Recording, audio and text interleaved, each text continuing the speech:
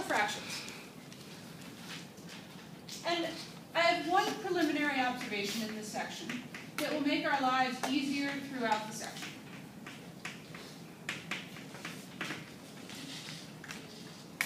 If you have the integral of 1 over x minus 52 dx,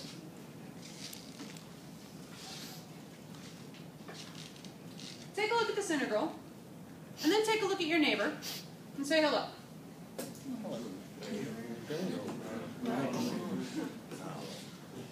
All right, I'd like for you and your neighbor to take about 20 seconds and discuss what technique you would like to use to evaluate this integral.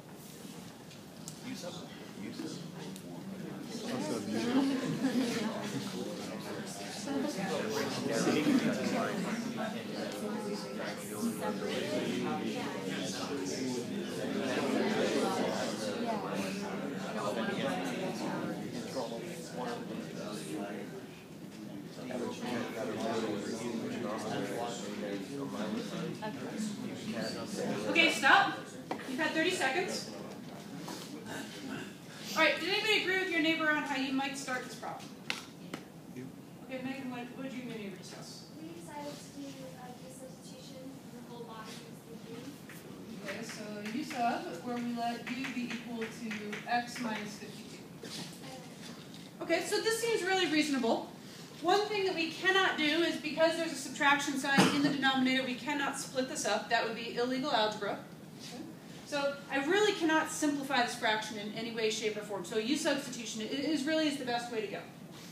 So we've got du over dx is equal to 1, and so dx is equal to du.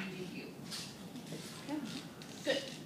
So now I go back over here and I look at the integral, and I have the integral of 1 over u, my dx is equal to du, and so this is a really quick one to simplify. I now can look at my antiderivative, so I've got natural log of the absolute value of u plus c, and I resubstitute back in natural log of the absolute value of x minus 52 plus c.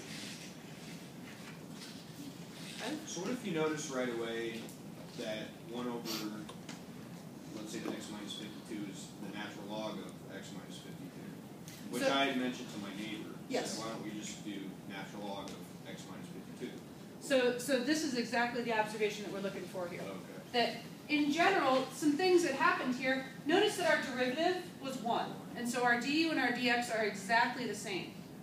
So in general, meaning in all times, even beyond just with a 52, I mean, I can have x plus 5,280 if I want to. It doesn't matter what that constant is, but the natural log of 1 over x plus any constant that you want is going to be equal to the natural log of the absolute value of x plus a.